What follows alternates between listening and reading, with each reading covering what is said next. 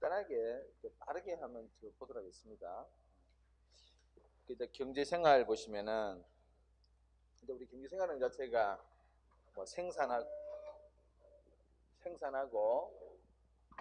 분배하고 소비하는 게 경제활동에 그랬죠. 그때 이제 우리 생산 유형도 좀 봤고요, 생산 요소도 봤고요. 생산 요소가 뭐 있었습니까? 그때 우리 공장을 이렇게 했다, 그지? 공장을 지었고요. 여기 토지, 그지? 그리고 여기 기계가 있습니다. 기계하고 옆에 사람이 있어, 그지? 이게 이제 우리 뭐 노동자입니다. 노동자고요. 여기에 사장님이 앉아 있어요. 사장님의 역할은 이제 경영이겠죠. 요게 우리의 생산 요소입니다. 토지와 기계와 노동 그리고 경영이 합쳐서 어떤 생산을 하기 시작한다. 그래서 이 그래서 왜 토지의 그 몫을 지대 이렇게 했죠. 지대, 기계의 몫을 이자, 그죠? 자본, 기계라는 게 기본 자본입니다. 자본이고요.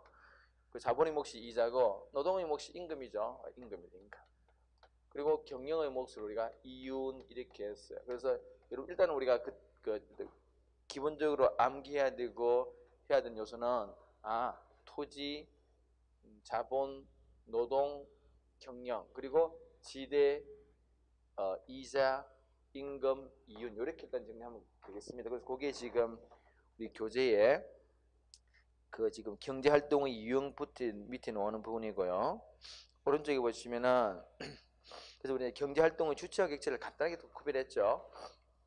우리 이제 가게와 기업을 합쳐서 민간 이렇게 해요. 민간이라 그래요. 민간 경제를 그럽니다. 민간 경제 주체고 여기에 이제 정부를 집어넣으면은 그게 이제 공공 이래 들어가요. 그래서 민간과 정부 공공을 합하면은 그래서 이거를 국민 경제 이렇게 이야기를 해요. 이게 이제 플러스 알파 해외가 들어가면은 국제 경제가 되겠죠. 일단은 우리 경제 주체는 가계, 기업, 민간, 정부, 공공, 전체, 국민 이렇게 말합니다. 기본적인 개념 틀들이에요.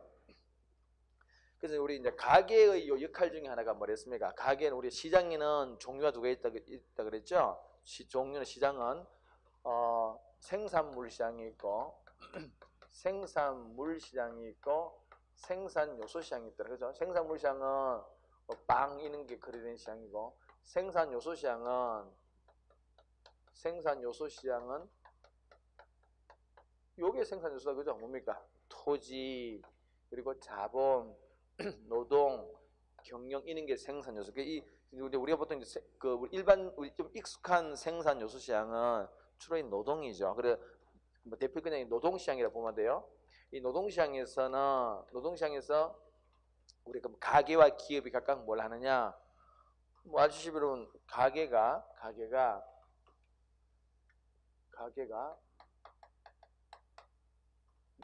농생산물 시장에서는 수요자 역할 한다, 그죠? 수요자라는 것은 사 먹는다, 그지? 이게 수요자 역할을 하고 생산 요소 시장에는 뭐 합니까? 공급자 역할을 하죠. 즉 다르게 말하면은 자기의 노동을 노동시장에 제공한 그런 역할을 한다, 그지? 기업은 그러면 반대로 기업은 생산물 시장에는 공급자 역할을 하고 만들어 제공한다, 그죠? 반면에 생산 요소 시장에서는 이거는 수요자 역할을 하죠. 수요자라는 것은 뭐 노동을 고용한다 이런 말이죠. 그래서 우리가 이 각각의 시장에서 가게와 기업이 어떤 역할을 하는지 그것만 한번 좀 보면 되는데 그래서 다시 한번 확인해 봅시다. 그 가게 두 번째 점 보시면은 생산물 시장에서는 수요자 역할을 하고 생산 요소 시장에서는 공급자 역할을 한다. 그 나와 있고요. 다음 기업은 뭡니까? 기업은 두 번째 점 보시면은 생산물 시장에서는 공급자, 요소 시장에서는 수요자. 오케이, 이제 그렇게 기억하시면 되겠습니다. 자, 그 뒷부분은 뭐 굳이 안 봐도 될 것 같아요. 근데 우리 희소성 가볼게요.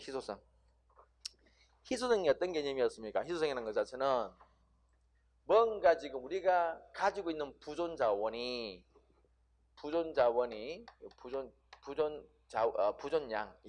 자원의 부존 양 자체가 우리가 원하는 욕구보다는 적은 상태, 그죠?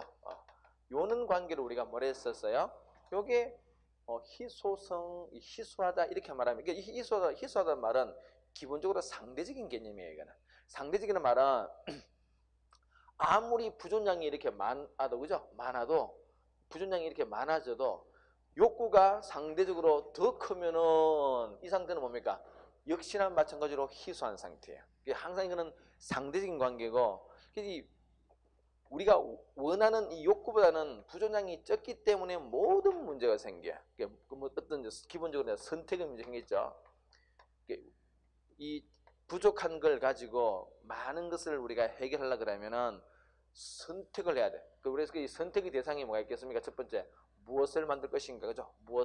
무엇을 만들 것인가? 주로 이제 여기서는 생산물, 그죠? 어떤 생산물을 만들 것인가? 주어진 그 부존량을 가지고 빵을 만들 것인가, 뭐 자동차를 만들 것인가, 그런 고민해야 돼요. 두 번째, 결정했다 그러면은 어떻게 생산할 것인가 고민해야 돼요. 요게 이제 우리의 생산 방식이죠. 생산 방식. 예를 들어서 노동 집약적이냐, 노동을 주로 할 것인가, 자본 집약적인 생산할 것인가. 노동 집약적인 것은 주로 인력을 이용해서 생산할 것인가, 아니면 주로 자본 설비, 기계 설비를 이용해서 생산할 것인가, 그런 걸 고민해야 돼요. 세 번째 고민사항이, 선택사항이 뭐냐? 선택사항이 어떻게, 그러니까 누구에게 나눌 거야? 누구에게 나눠줄 것인가? 누구에게 나눌, 즉 달리 말하면 배분의 문제입니다. 요 세 가지 문제가 우리 경제 희소성에서 출발되는 가장 본질적인 기본적인 선택의 문제라 그래요. 자, 간단하게 한번 체크해 볼까요, 여러분? 일단 교재에 보시면은 희소성의 상대성이라는 단어가 개념이 보인다, 그죠? 그 박스, 정리한 박스 보입니다. 욕구와 부존량의 관계에서 욕구가 훨씬 큰 관계다, 그죠? 이게 우리 기본적으로 희소한 상태입니다. 상대적인 관계, 상대적인 개념이에요. 기억하시고. 자, 그래서 밑에 우리가 그 희소성이 있느냐 없느냐에 따라서 간단한 개념으로서 경제재, 자유재 이렇게 나누기도 하지요. 여러분, 경제재가 뭡니까? 기본적으로 경제라는 자는 재환대 어떤 상태냐? 이는 희소한 상태에 있는 재화를 우리가 경제재라 그래. 그럼 여러분, 우리 주변에 볼 수 있는 것들은 다 이 경제재입니다. 그래서 이 경제재는 부존량은 적은데 욕구가 굉장히 크기 때문에 어떻게 돼요? 누군가는 그 재화를 획득하면은 다른 사람은 이 재화를 획득을 못해요. 그럼 대가를 치러야 되겠지. 그래서 근데 뭔가 물건값을 준다든지 뭔가 대가를 치르고 획득해야 돼. 그는 재화가 경제재고, 우리 주변에 거의 그죠? 거의 전부 다가 이 경제재입니다. 그럼 이런 게 아닌 게 있는데 그게 뭐냐? 자유재예요. 자유재는 희소성이 없어요. 희소성이 없단 말은 이런 말이겠다, 그죠? 이게 욕구는 이만하다 그러면은 자원은 부존량이 이만한 거야. 이게 어떤 이 욕구를 가진 사람이 어떤 재화를 소비하기 위해서는 굳이 내가 대가를 치를 필요 없어요. 왜? 널렸기 때문에, 그지? 이런 걸 우리가 자유재라 그래요. 특별히 대가를 치를 필요 없이 획득할 수 있는 재화, 그런 게 뭐가 있는데 거의 없다, 거의 없어요. 그래서 깨끗한, 그죠? 깨끗한 물, 깨끗한 공기, 햇빛, 지금 햇빛, 이따위를 이야기하는데, 지금도 이런 것들은 다 지금 경제재가 돼버렸죠.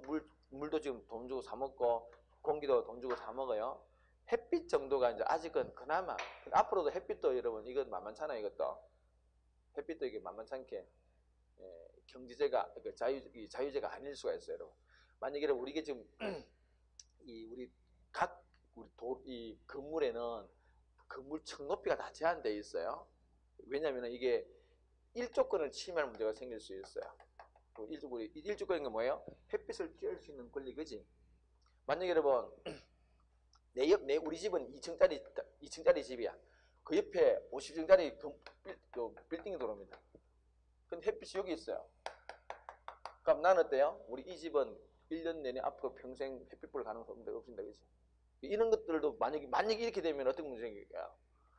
사실 이런 식으로 건물 들었으면 안 되지만은, 만약 들었다 그러면 이 집이 햇빛을 맛보려 그러면은 뭔가 이렇게 이 햇빛을 반사해가지고 쏘는 뭔가 설치를 해야 돼요.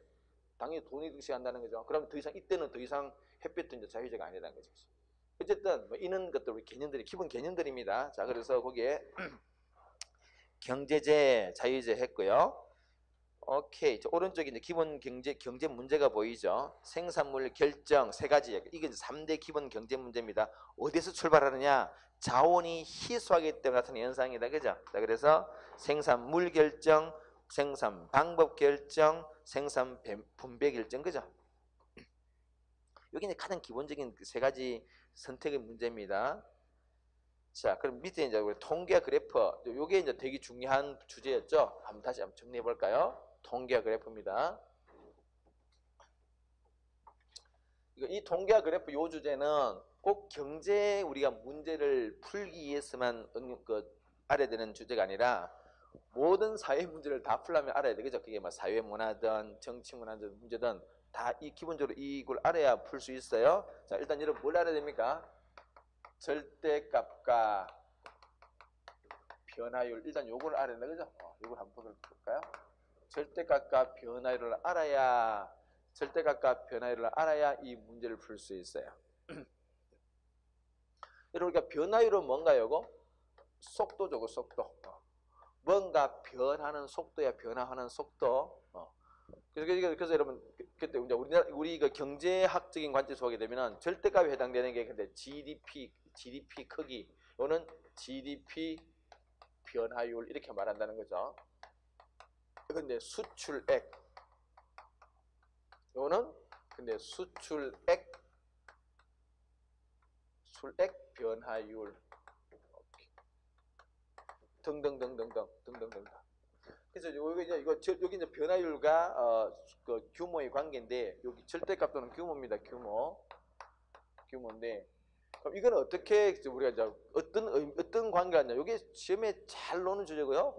잘 나오는 주제고 정확하게 이해하고 있으면은 굉장히 쉬운데 첫 번에 여러분 이해를 잘못 깨고 있으면 이거 진짜 어렵게 느껴지는 주제입니다.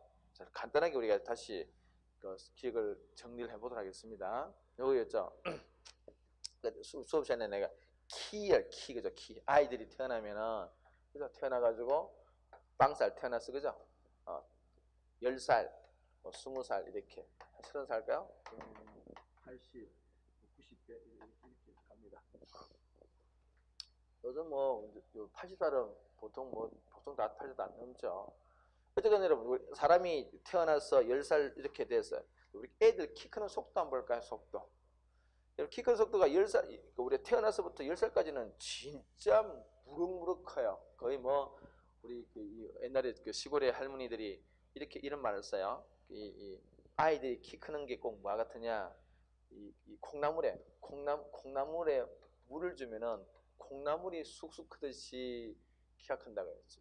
밤에 여러분 촌에는 시골에는 집에서 콩나물을 키워 먹어야 이렇게 똑같은데 밑에 이렇게 콩나물이 있는데 밤에 이렇게 물을 줘. 그러면 밤새도 이놈이 막 잘 올라와요. 근데 진짜 잘 자라요.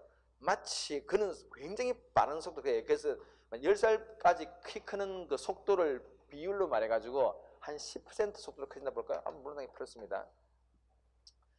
10살부터 20살부터 키가 잘 크죠. 그런데 이 정도까지는 안 커요. 속도가 좀 떨어집니다. 그런데 키는 계속 크고 있습니다. 그래서 그거를 이렇게 해볼까요? 이렇게 키 크는 속도가 이렇게 크고 있습니다. 일종의 이제 변화율이에요. 근데 20살부터 30살까지는 조금은 크겠죠. 1% 할까요? 이렇게. 군대 가서도 크니까. 오케이. 요는 속도를 이렇게 표시했어요. 30살부터 안 크겠죠. 그죠? 빵. 속도가 제자리다. 그게 0%입니다. 속도 제로야.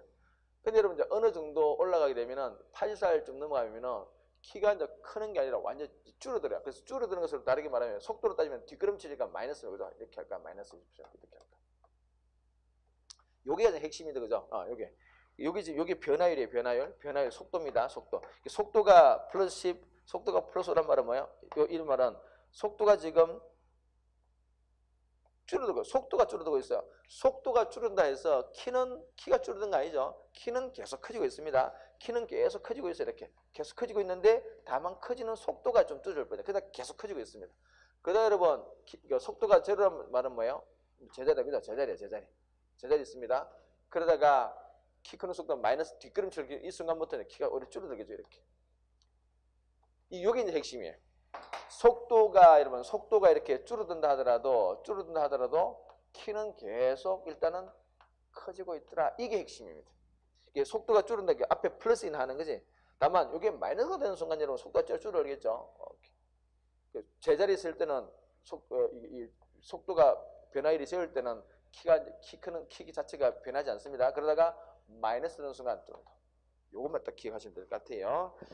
자, 그래서 그럼 여러분 이제 교재가 좀 정리 한번 해볼까요? 그렇게 그림이 보이죠? 이게 그 양가로 2번에 보세요. 정가율이 감소한다 해서 절대값까지 감소하는 것은 이게 핵심입니다. 이 문장 자체가 이제 이해되면은 다 이해된 거야.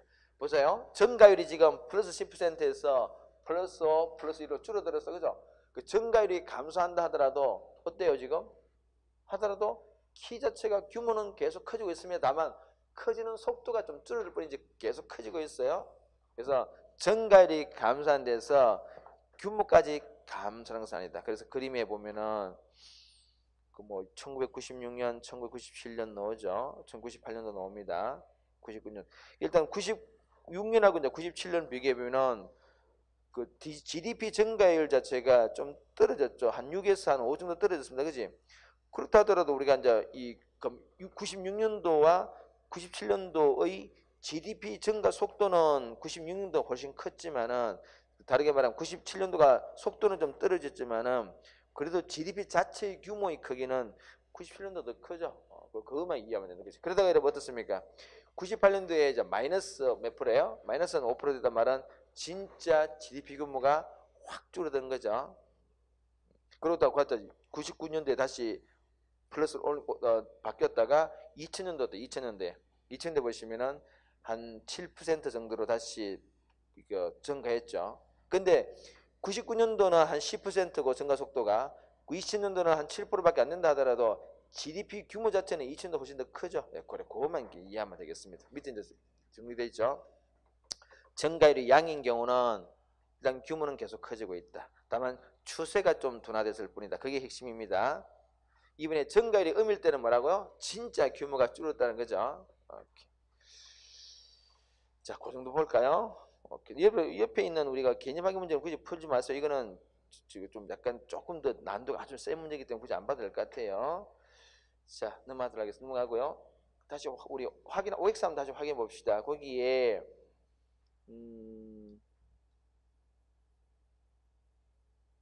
그 1번 함책 다시 확인해 볼까요?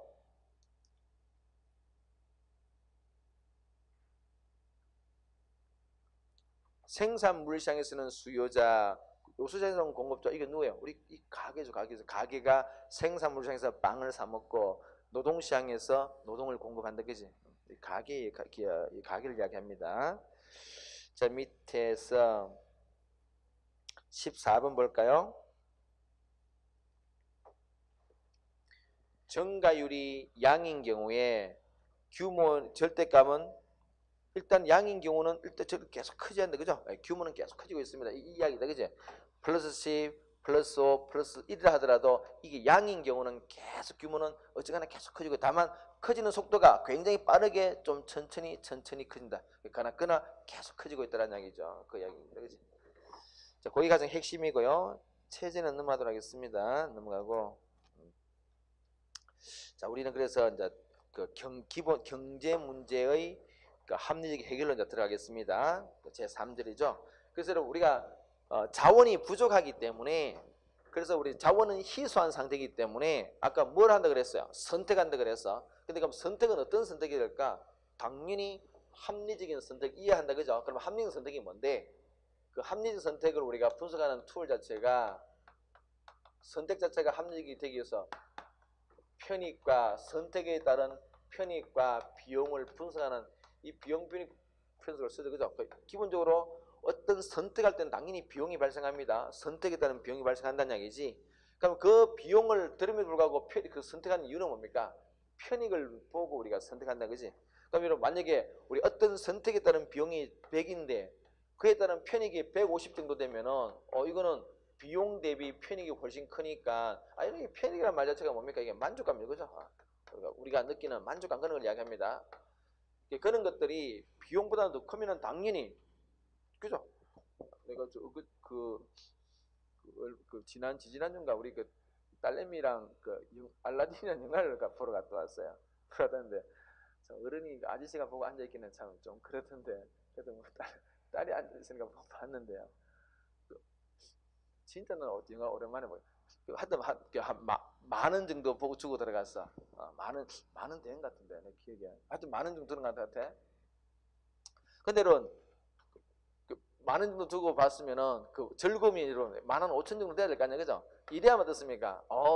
이게 비용 대비 크니까 괜찮다, 그지? 만약 근데 그게 아니라 요것밖에 안 되면 그지? 요거는 만원인데 굳이 같으면 이거는 인원관계라면 이거는 굳이 갈 필요 없다 그러죠. 근데 사실 나는 이는 이 정도였었어요. 나는 우리 딸님이 이렇게 그지? 이렇게.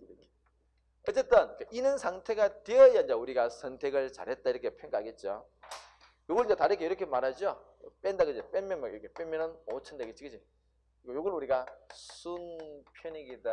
그러니까 다르게 말하면은 순편익 자체가 플러스면은 그 선택은 괜찮은 선택이 되게 말한다, 그죠? 그래서 요 편익에 해당되는 게 여러분 소비자라면은 이게 우리 효용이라 그래요.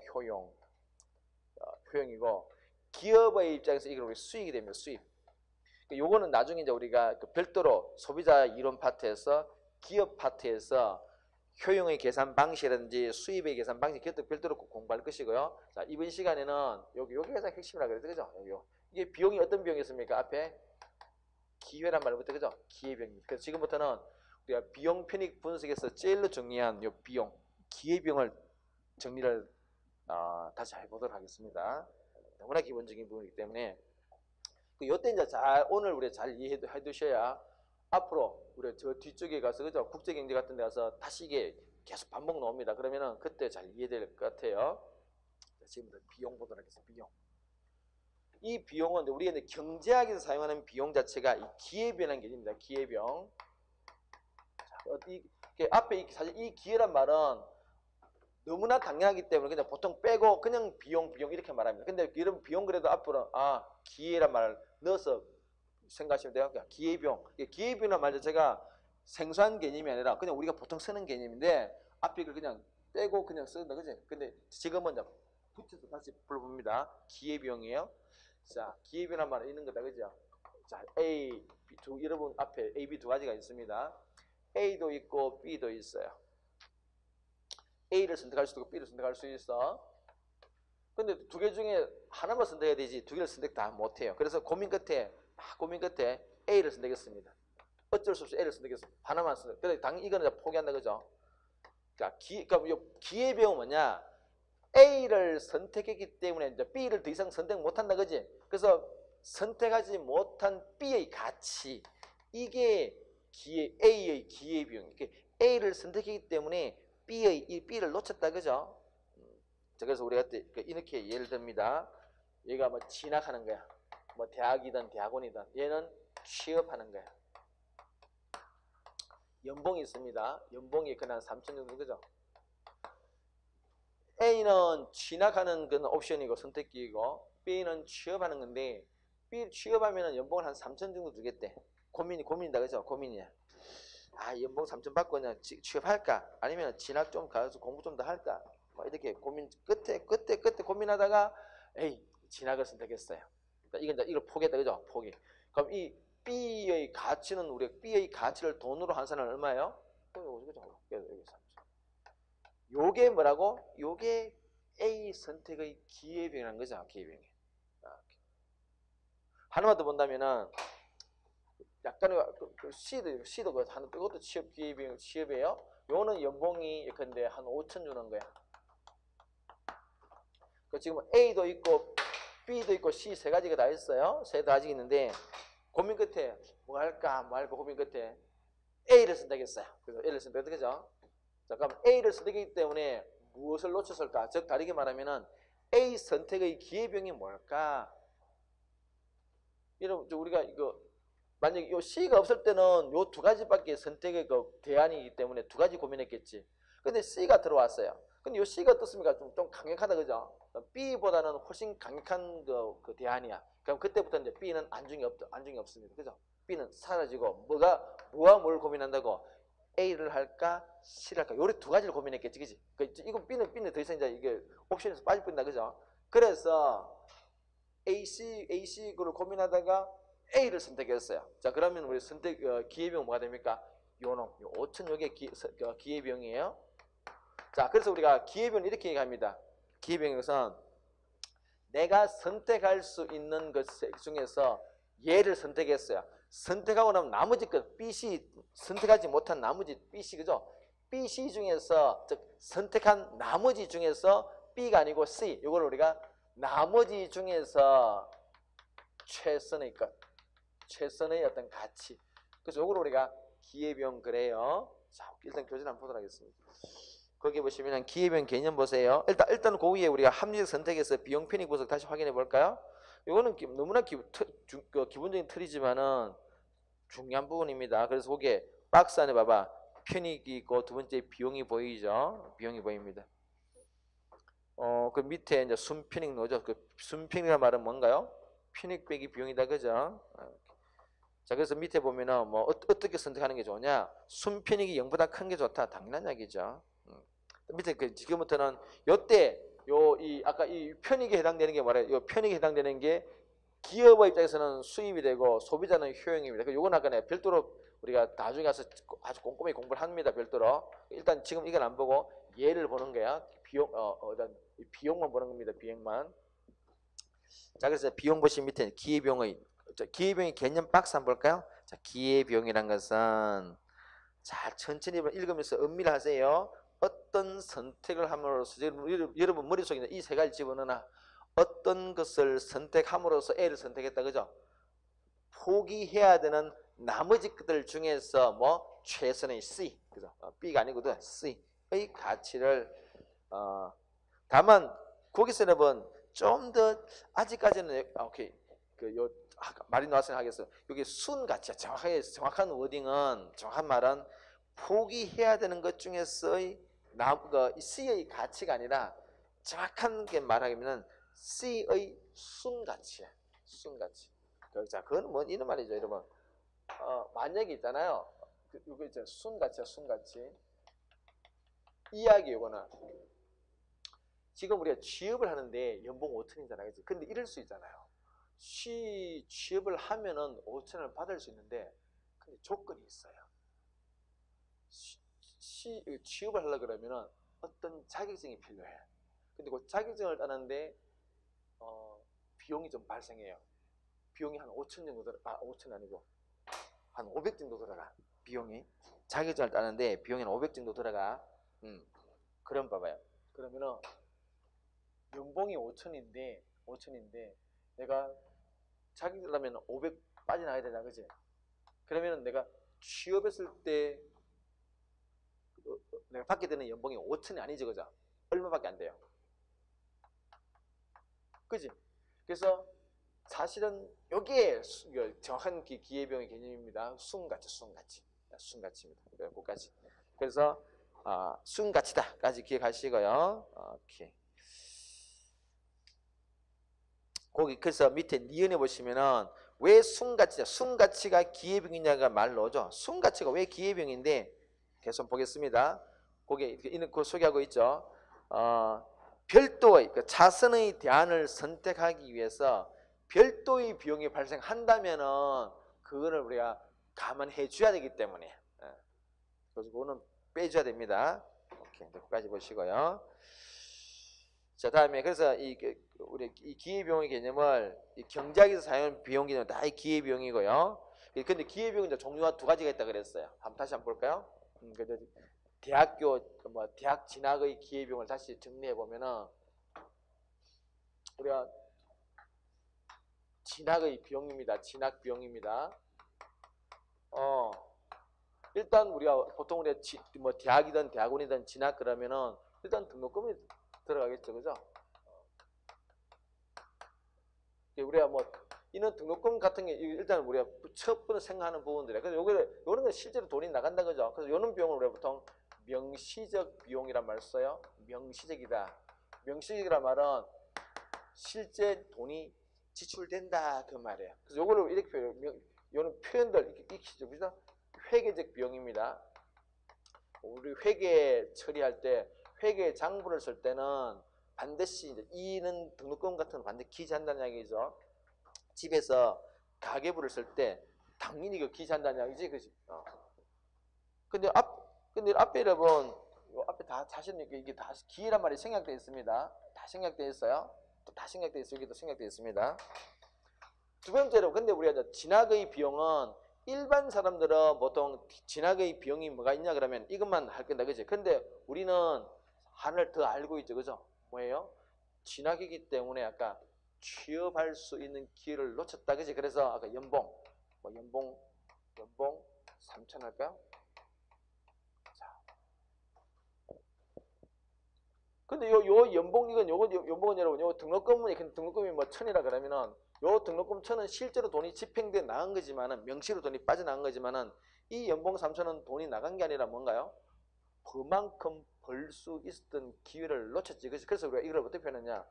보이지 않는 손해가 발생했다. 즉 보이지 않는 비용이 발생했다. 그래서 이걸 묵시적 비용 이렇게 말합니다. 당연히 앞에 기회란 말이 생략되어 있습니다. 다 생략되어 있어요.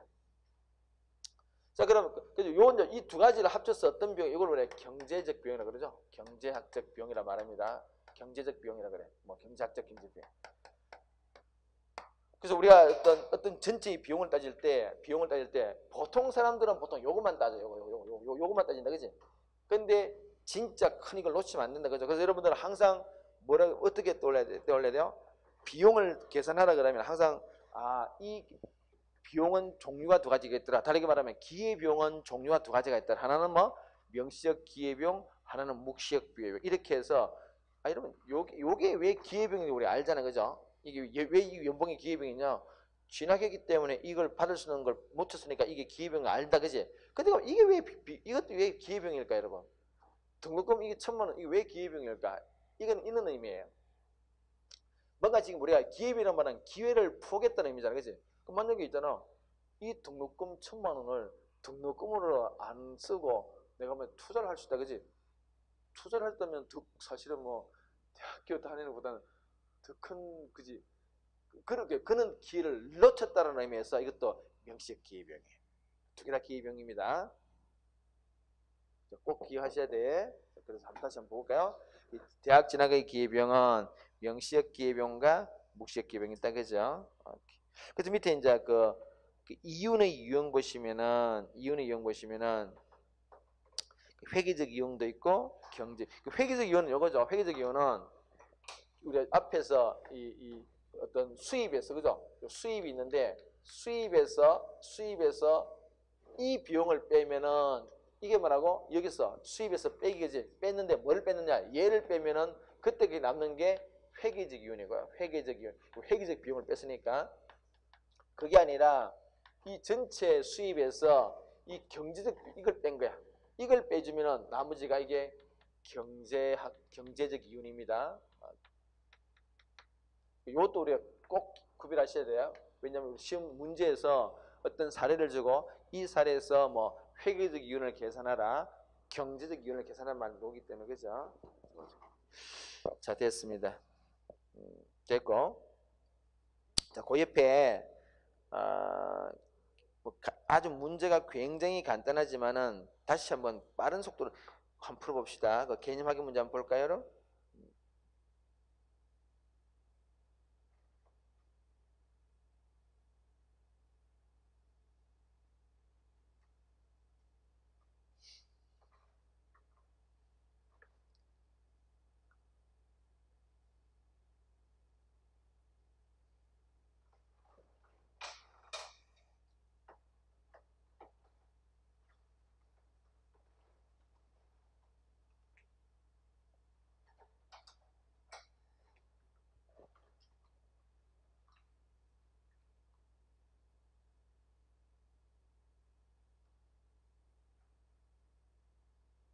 자, 보시면은 그 한 달 소득이 500이었던 김 씨가 직장을 그만두고 아이스크림 가게에서 차린다, 그죠? 한 달 동안 얼마 벌었냐? 이거 수입이죠, 수입, 그지?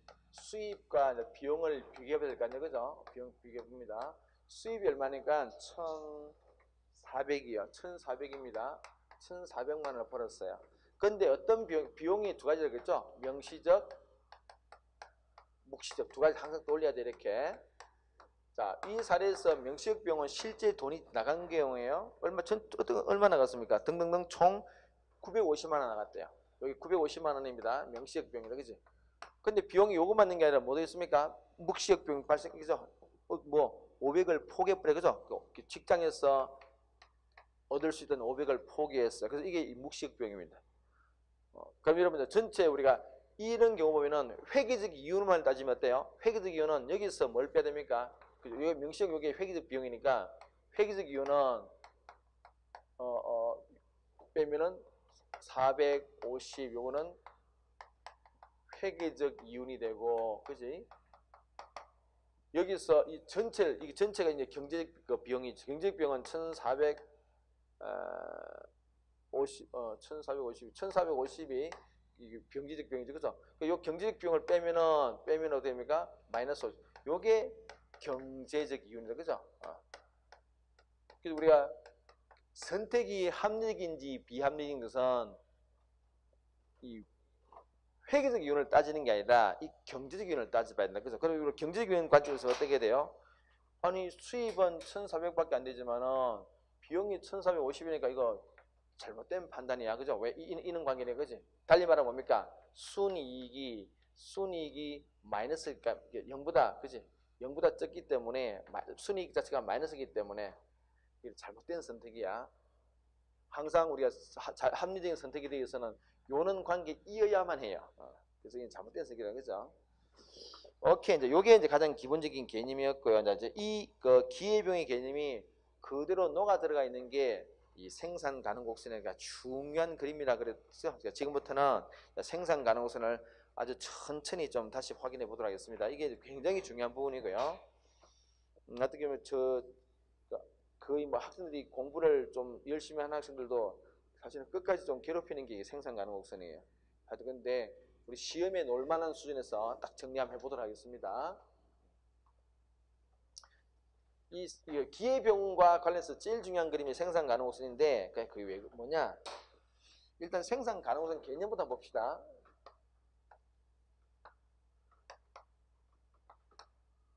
말 그대로 생산 가능 곡선이에요. 생산할 수 있는 최대치를 보여주는 그림이에요. 한 나라의 경제가 가지고 있는 부존량, 자원의 부존량이 있겠죠.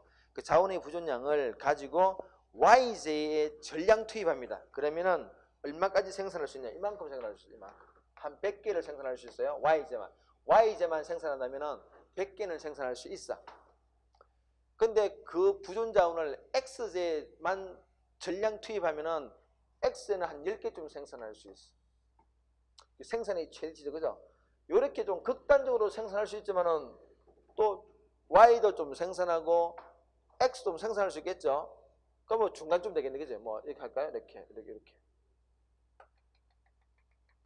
한 50개, 5개 이렇게 생산할 수 있어요, 그지? 요 점들을 쭉 연결하면은 생산할 수 있는 최대치를 요 흰선이 지금 뭘 의미하느냐? 이 경제가 생산한다면은 할 수 있는 최대치를 보여주는 거예요. 이 최대치란 말은 뭡니까? 이 밖은 생산할 수 없다는 얘기죠. 예를 들어 이런 거 보겠습니다. Y를 50개 생산하면은 X는 5개만 생산을 가능하다, 그죠? 그럼 물론 요는 최대치니까 이거는 당연히 가능하겠죠. Y를 50개 생산하면서 X를 예컨대 3개 생산하는 이런 것들은 A 같은 경우는 당연히 생산할 수 있습니다. Y를 50개 생산하면서 X는 3개 당연히 생산할 수 있어. 근데 이거는 뭐예요? 이거는 Y를 여기 B점 어떤 게 B는 Y를 50개 생산하는데 X는 5개까지 생산할 수 있잖아. 근데 5개를 생산할 수 있는데 3개밖에 생산 안 한다는 이것은 자원을 풀로 활용하지 않는 그런 상태다, 그죠? 그래서 우리가 이 생산 가능 우선은 A가 아니고 B 생산 색깔을 바꿔볼까? 이 노란 선 자체가 생산 가능 우선입니다. 이게 최대치다, 그죠? A는 최대치가 아니지. 왜? 3개밖에 안 하니까. 근데 이게 최대치가 됩니다. 이 말을 또 다르게 말하면 어때요? 밖에 있는 거. 예를 들어서 C 같은 거는 어때요? C가는 Y를 50개 생산하는데 X는 6개야. 이거는 생산 못하죠. 왜요? 지금 생산할 수 있는 최대치가 Y를 5개라면 X는 Y가 50개라면 X는 5개밖에 안 돼. 6개는 할 수 없어. C 같은 건 안 돼. 우리가 생산 가능 곡선이 요는 B 같은 선들을 쭉 연결하는 선이에요. 당연히 그럼 요 안에 내부는 다 생산할 수 있어. 생산할 수 있지만은 조금 뭐 BA 같은 것들은 자원을 풀로 활용하는 그런 상태가 아니에요. 그래서 우리가 보통 이렇게 하면 이야기합니다. A는 보통 어떤 경우냐 그러면은 저 경우는 뭐 실업자가 좀 많다든지 그지? 실업자가 우리가 평균적인 실업자보다 훨씬 실업률이 높은 그런 경제 같은 경우는 주로 A 같은 어떤 그런 산출물을 보여줄 수가 있습니다. B가 그래서 C는 안 돼. 요는 우리가 생산 가능 곡선이라 그래. 생산 가능선 여러분 형태가 여러 가지가 있습니다. 형태가 요는 형태도 있고요. 요는 형태도 있고 극단을 보면은 가장 심플한 모형이고요. 가장 일반적인 모형은 그 형태는 어떤 형태인가 하니까 요것도 알고 있어야 돼요, 여러분. 요걸 여러분 요걸 우리가 오목하다.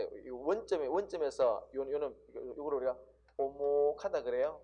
오목한 형태가 여기 일반 형태입니다. 일반적인 형태예요. 일반적인 형태고 얘는 좀 특수한 경우입니다. 특수한 경우예요. 근데 시험은 이것도 나오고 이것도 다 나와요. 그럼 여러분 여기 이제 양극단이니까 중간 모형들이겠지, 그지?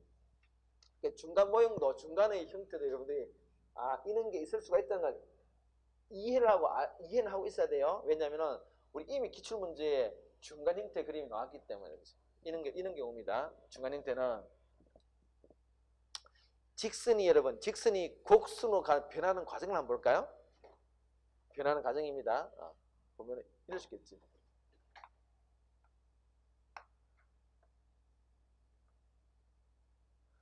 선이 하나인데, 그지? 탁 꺾겠다, 그죠? 또 그죠? 그럼 여기는 한 번 꺾겠지만 여기는 몇 번 꺾겠어? 2번 꺾겠다, 그지? 그럼 3번 정도 꺾겠다, 그죠? 이렇게. 그죠? 요렇게. 근데 형태는 바뀔 수 있는데 일단 우리는 어떤 시험이 어떤 게 나왔냐? 얘가 이놈이 나왔어요. 요 놈이 나왔습니다. 얘가 한번 나왔어요. 이게 어떤 의미인지는 나중에 이제 우리가 이 그래프를 이런 걸 이해하고 나면은 이게 어떤 의미 다 알게 되는데 일단은 요걸 잘 이해하셔야 돼. 오늘 우리가 수업할 것은 요걸 잘 이해하시고 요거를 잘 이해할 거 있습니다. 그럼 요 중간에 것들은 약간 응용 부분들이니까 얘와 얘를 충분히 이해하고 있으면 이런 것들은 시험에 나올 가능성 별로 없어요. 별로 없고 요 정도 놓은 다음에 이 정도 다시 나올 수 있습니다. 여기까지 힘들어요. 여기까지 힘들고 놓은 다음에 이 정도. 요게 일반적인 문제 출제 방식은 얘 아니면 얘인데 보통 얘가 잘 나와요. 형태는 얘가 아주 일반적인 형태인데 이게 좀 어려워. 그래서 우리 이제 시험 수준에서는 얘가 나오는 게 아니라 얘가 나와요. 얘가. 특수하지만은 출제는 보통 얘가 됩니다. 일단은 요 두 가지 형태가 있다 그 감을 잡으시고 세부적인 내용은 잠시 끊었다가 들어가도록 하겠습니다.